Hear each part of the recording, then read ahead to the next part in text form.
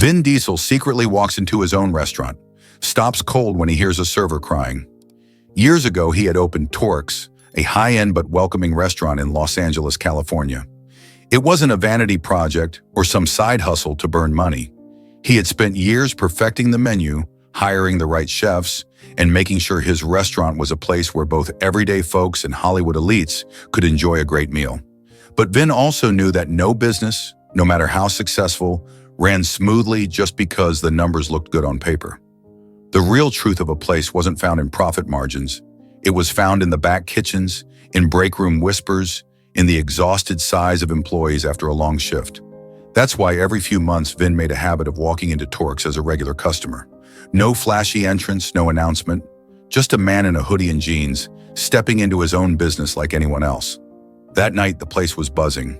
The Friday dinner rush was in full swing, with servers darting between tables, balancing trays of sizzling steaks and cocktails. The scent of garlic butter and grilled ribeye filled the air. The ambient lighting cast a golden glow over couples, friends, and solo diners enjoying their meals. At first glance, everything seemed fine, but Vin had spent enough time in the industry to know that looks could be deceiving. He spotted the manager, a tall, rigid-looking man in a navy blue dress shirt, standing at the edge of the floor, watching everything too closely, like a hawk circling its prey. There was something about his stance that felt off, not just observant, controlling. Then as Vin moved toward the bar, he heard it, a soft, muffled sound coming from the side hallway near the kitchen. At first, he barely noticed it, but as he walked past, the sound became clearer. Someone was crying, not loud, not dramatic, the kind of cry you let out when you're trying desperately not to break. Vin's footsteps slowed. He turned his head slightly toward the break room door. It was slightly ajar. Inside, he caught a glimpse of a young woman, head bowed, fingers gripping the edge of a metal counter like she was trying to keep herself from collapsing. Another employee, a young man in a Torx uniform, stood beside her, speaking in hushed, urgent tones. Vin didn't know her, but the look on her face, that hit him like a gut punch. Something was very, very wrong, and he wasn't leaving until he found out what. He turned back toward the bar, taking a seat on one of the stools. His face was calm, but his mind was racing. The crying, it wasn't just stress, it was fear. Vin had worked in restaurants before. He knew what it was like to deal with rude customers, long shifts, aching feet. But this was different. His first instinct was to walk over and ask if she was okay. But right now, he wasn't Vin Diesel, the owner of Torx. He was just another customer, a stranger. So instead, he listened. The young man beside her, probably a fellow server, kept his voice low. Vin could only make out fragments. "You can't let him. He doesn't own you." The woman, her voice barely audible, responded, "What choice do I have?" He made it clear. "If I don't do what he says, I'm gone." Vin's grip tightened around the glass of water the bartender had set in front of him.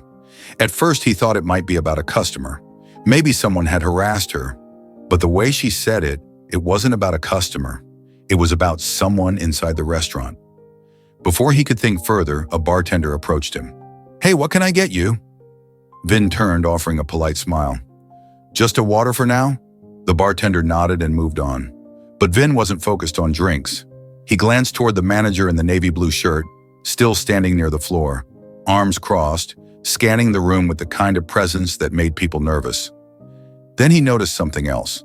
The young man from the break room, probably a fellow server, had stepped out, walking back onto the floor. His jaw was tight. His hands fidgeted as he adjusted the notepad in his apron. He looked rattled. Vin knew an opening when he saw one. He stood up, casually walking toward the server station near the back of the restaurant, where the young man was organizing plates. "Hey man," Vin said, keeping his voice low. "Got a pen?" The young man looked up, startled. "Oh yeah, sure." He grabbed one from the counter and handed it over. Vin took it, but didn't walk away. He glanced at the employee's name tag. "Henry." "Hey, Henry," Vin said, voice even. "I couldn't help but notice. Your friend seems upset." Henry stiffened. His grip on the stack of plates tightened. "She's fine," he said too quickly. Vin tilted his head slightly. "She doesn't look fine." Henry swallowed, his eyes darting toward the manager in the navy blue shirt before dropping to the floor. Vin had been around long enough to recognize that kind of reaction. After a long pause, Henry exhaled. "She's not fine," he admitted, voice barely above a whisper. Vin studied Henry's face, reading the tension in his jaw and the way his fingers kept gripping the notepad at his waist. The kid wanted to talk. He just wasn't sure if he could. Vin lowered his voice just enough. "Is it a customer issue?" Henry hesitated. That pause told Vin everything. "No," Henry muttered. It's not."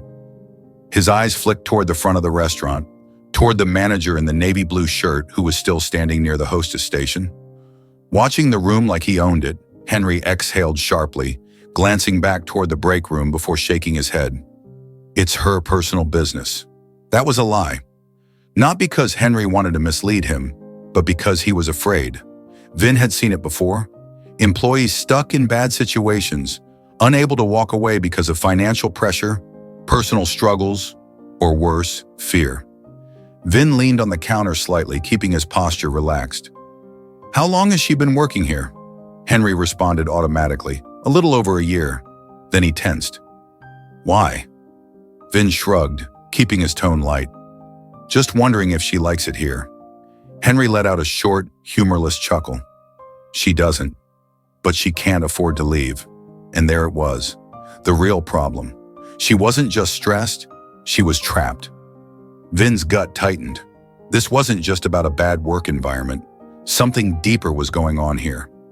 Before he could ask anything else, Henry stiffened. Vin didn't need to turn around to know why. The air shifted, thick with something unspoken. The manager was walking toward them. "Everything okay over here?" The manager's voice was smooth but firm. Henry immediately dropped his gaze, busying himself with the plates in front of him. "Yes, sir. Just helping a customer."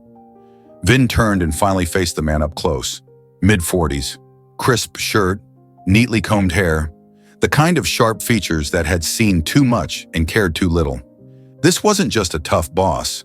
This was someone who knew exactly how much control he had and enjoyed it. The name tag on his shirt read, Rick Calloway. "Can I help you with something?" Calloway asked, polite but edged. Vin smiled casually. "Just getting a pen. Henry here was kind enough to help me out." Calloway didn't break eye contact. "Good," he said, clapping Henry on the shoulder a little too firmly. "Let's stay focused on work." Henry nodded quickly, eyes locked on the plates in front of him. "Yes, sir." Vin clenched his jaw but didn't react. Not yet. He thanked Henry and stepped away, feeling Calloway's eyes on him the entire time. His mind was already made up. He wasn't leaving, not until he figured out exactly what was happening in this restaurant. He stepped outside for a moment, letting the night air cool his frustration. From where he stood, it probably looked like he was just checking his phone. In reality, he was thinking. Hard. Something wasn't adding up. Emily was terrified. Henry was hesitant. And Calloway? That man had the look of someone who thrived on control. Vin had dealt with plenty of bad managers before, but this was different. This was calculated. If he wanted real answers, he needed to talk to someone who wasn't afraid. And then, as if the universe was working in his favor, Nate, the bartender from earlier, stepped outside. The kid was leaning against the side of the building, scrolling through his phone, probably on a break. Vin saw his opening. He walked up casually, hands in his pockets. "Long night?" Nate looked up, startled, then relaxed when he recognized him. "Yeah, Fridays are always nuts." Vin nodded, leaning against the wall beside him. "Mind if I ask you something?" Nate hesitated but shrugged. "Sure." Vin kept his voice light. "Your manager, Calloway. What's he like?" Nate's expression darkened. It was quick, just a flicker. But Vin caught it. "He's, strict," Nate said carefully. "Likes things done a certain way." Vin tilted his head. "That normal for managers?" Nate exhaled, looking around as if checking for eavesdroppers. Then he lowered his voice. "He's not just strict. He's..." Nate struggled for the right word. Then in a voice barely above a whisper, he said something that made Vin's stomach turn. "He makes Emily stay late. Alone?" Vin's muscles tensed. "She's the only one?" Nate nodded. "Yeah, and he..." He's always talking to her like she owes him something. I've seen it, man. The way she tenses up when he calls her into his office. It's not normal. Vin's grip tightened around his arms. He had seen this before. A manager who played power games with employees, singling out the vulnerable ones, making them feel like they had no choice but to obey. He took a slow breath, forcing himself to stay calm. She ever say anything about it? Nate shook his head. Number. But she doesn't have to. We all see it. Vin exhaled slowly. Now he wasn't just dealing with a toxic boss. He was dealing with a predator, and that changed everything. Thanks for telling me. Nate. Vin patted him on the shoulder. You're a good guy. Nate gave a half smile but still looked uneasy. Vin turned, glancing back at the building. Emily was still inside, still under Calloway's control. And now Vin knew exactly what he needed to do. He wasn't waiting, not when he had seen this pattern before. He had climbed his way up through Hollywood, had dealt with his fair share of power-hungry executives who manipulated people beneath them. He knew how easy it was for a man in power to twist the system in his favor. The employees under Calloway's control weren't just uncomfortable, they were afraid. And Emily, she was at the center of it. Vin pushed open the glass doors and walked back inside. The restaurant had slowed down, the dinner rush winding to a close. Fewer customers, fewer witnesses. But Calloway was still there, standing near the server stations, scanning the room like he owned it. Vin's footsteps were steady as he crossed the floor. He didn't stop at the bar. He didn't hesitate. He went straight for Emily. She was mid-conversation with a customer, her voice mechanical, her hands steady, but her eyes looked hollow. She saw Vin approaching and tensed slightly, like she expected trouble. "Excuse me," Vin said, just loud enough for the customer to hear. "I need to speak with you for a moment." Emily blinked, confused. I'm with a customer, sir." The woman in front of her frowned. "She's helping me right now, you can wait." But Vin kept his eyes on Emily. It's important, and she knew. She swallowed, apologized to the customer, and stepped away from the counter. Calloway noticed immediately. Vin saw him straighten, eyes narrowing. He didn't like losing control. Emily led Vin a few steps away, fidgeting with the edge of her apron. What can I help you with, sir?" Vin took a slow breath. "I know what's happening." His voice was low. "You don't have to say anything. I just need you to know." "You're not alone," Emily flinched. For a second, just a second, she looked like she might break. But then she shook her head, forcing a tight smile. "I don't know what you mean." Vin wasn't giving up. "Calloway, the late shifts, the way he treats you. I know it's not okay." Her fingers curled into fists. Fear. That's what this was. And fear meant she thought she had no way out. "I can't," she whispered. "You can," Vin said firmly. "And you will. Because I promise you, he's not untouchable." Before Emily could respond, a shadow loomed beside them. Rick Calloway had arrived, his expression cool but his eyes sharp with irritation. "Is there a problem here?" His voice was polite, but Vin could hear the warning in it. He didn't turn to face Calloway immediately. Instead, he kept his focus on Emily, watching how she shrank slightly at the sound of his voice, how her fingers clenched around the hem of her apron. That reaction told Vin everything. He turned, keeping his face neutral. Just having a conversation. Calloway's smile didn't reach his eyes. "Well, Emily has a job to do. She doesn't have time for private discussions." Vin caught the way Emily flinched at the word private. That was all the confirmation he needed. His stance shifted just slightly, squaring his shoulders, his presence suddenly taking up more space. "Actually," Vin said, his voice steady, "I think we should have a conversation right now." Calloway's smirk faltered. "Excuse me?" Vin reached into his pocket and pulled out his wallet. He flipped it open, revealing his executive ownership credentials for Torque's restaurant group. Emily gasped. The servers nearby froze. Calloway's face drained of color. "My name is Vin Diesel," he said, his voice calm but firm. "And you and I need to talk." The restaurant fell into a stunned silence. Customers glanced over, sensing that something far bigger than a simple work dispute was happening. Employees exchanged wide-eyed looks. Calloway blinked rapidly, his mouth opening, then closing. For the first time, the man looked nervous. "Sir, I didn't realize—" "No, you didn't," Vin interrupted. "And that's the problem, isn't it?" He turned slightly, his voice shifting from ice-cold authority to something gentler as he addressed Emily. "You're safe now." She stared at him, as if still processing what was happening. Her lips parted slightly, a shaky breath escaping. Then, for the first time that night, she stood a little taller.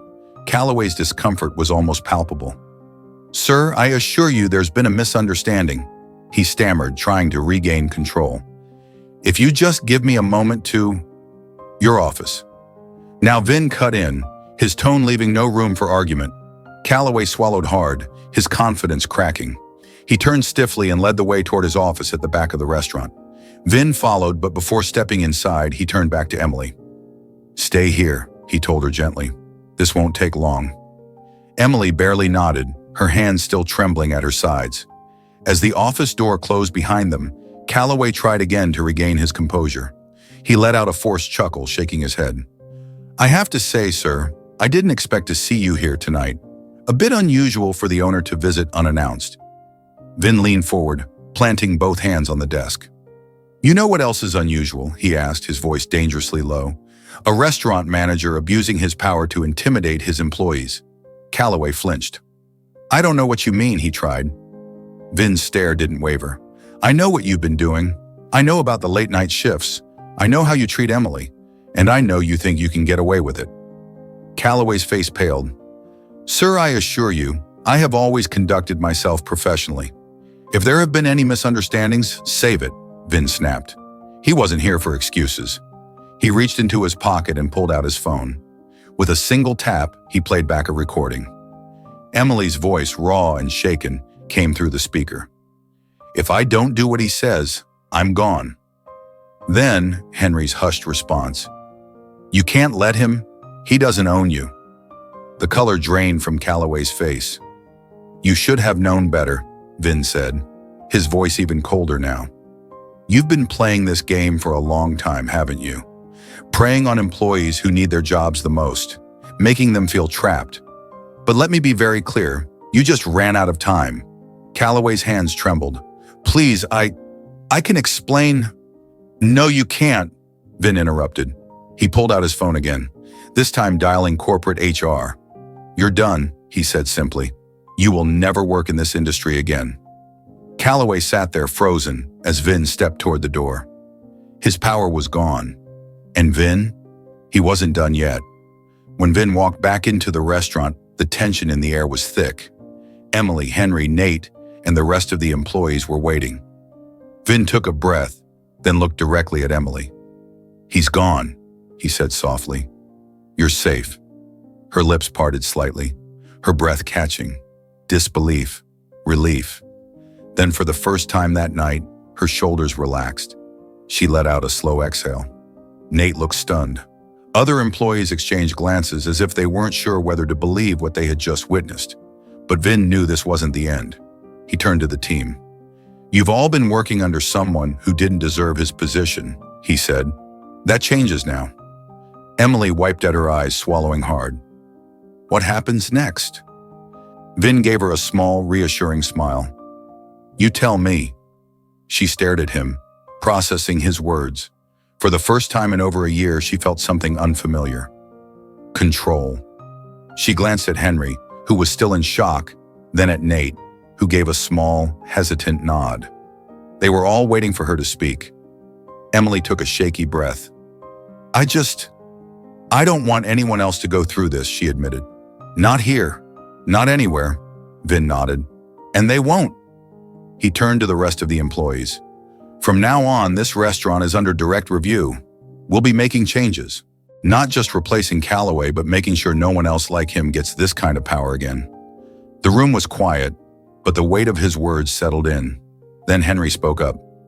"Sir, I don't mean to overstep, but this isn't just about Calloway." Vin's gaze sharpened. "Go on." Henry hesitated, but then he took a step forward, his voice stronger now. "The way things work here, it's not just one bad manager. The pressure, the way we're treated, The fear of speaking up. It's bigger than just this restaurant. Nate nodded in agreement. A lot of us feel like we have no choice but to put up with it. The second we complain, we're out of a job. Emily looked down, guilt flickering across her face. I wanted to leave so many times, she admitted, but I couldn't afford to. And I thought maybe this was normal.